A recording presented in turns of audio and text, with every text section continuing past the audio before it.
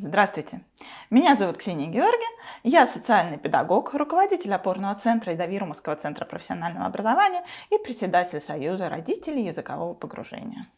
Ксения, расскажите, как родители могут помочь своим детям в использовании эстонского языка? Ну, конечно, мы понимаем, что время вне школы и изучение языка не ограничивается только стенами учебного заведения. И в свободное время мы можем посвятить тому, что в мягкой форме, интересно и играючи, повторять и закреплять то, что мы изучили в школе. Самый эффективный способ – это естественная среда для ребенка. Кружки по интересам на эстонском языке. В летние или другие каникулы это могут быть лагеря на выходных, воскресные школы. В свободное время прогулки и общение со сверстниками, кто общается на том языке, который мы изучаем. Но мы прекрасно понимаем, что далеко не у всех есть такая возможность. Как же тогда создать естественную языковую среду? Наверное, очень много зависит от желания самого родителя. И в первую очередь мы должны сделать использование языка естественным и чтобы он был на слуху. Ну, начну с банальностей.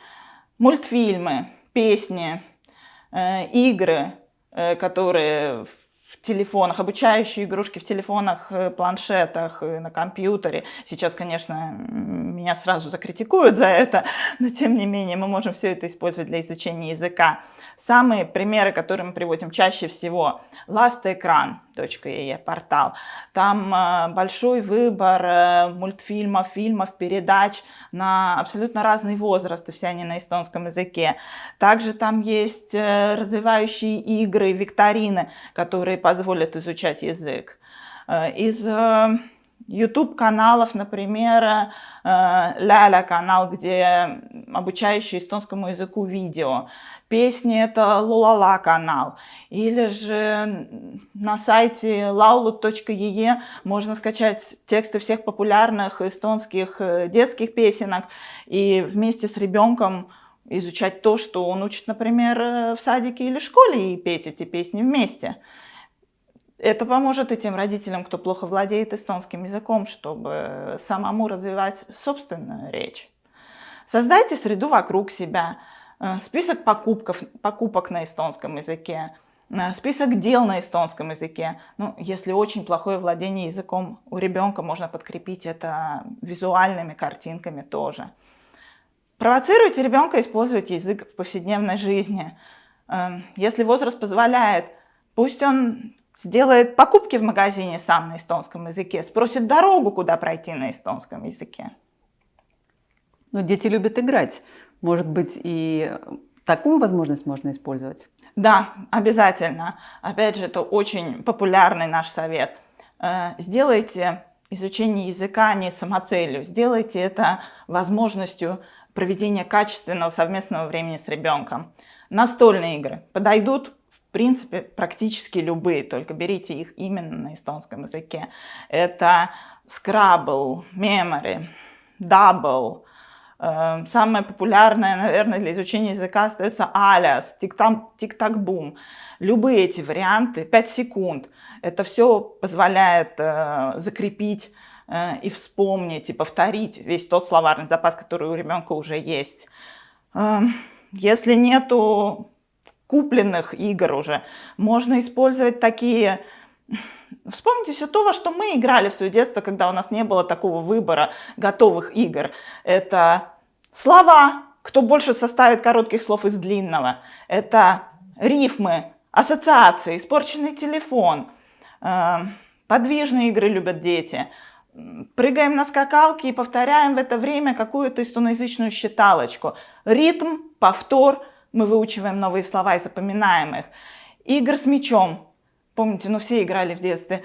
Я знаю 5 цветов, животных, домашних животных, деревьев. Это все активизирует память и заставляет вспоминать и закреплять словарный запас. А насколько важен личный пример родителя? Очень важен. До тех пор, пока мы создаем среду искусственно, и ребенок видит, что мы используем эстонский язык только в общении с ним или играя с ним, а все остальное время происходит в изолированной среде, эффекта это достаточного не дает. Очень-очень важно, чтобы мы сами на своем примере показывали, что эстонский – это часть нашей жизни. Читайте книги и газеты на эстонском языке. Лучше, конечно, в бумажном виде, что у вас происходит в планшете или в электронной книжке, ребенок не видит. Смотрите передачи на эстонских каналах.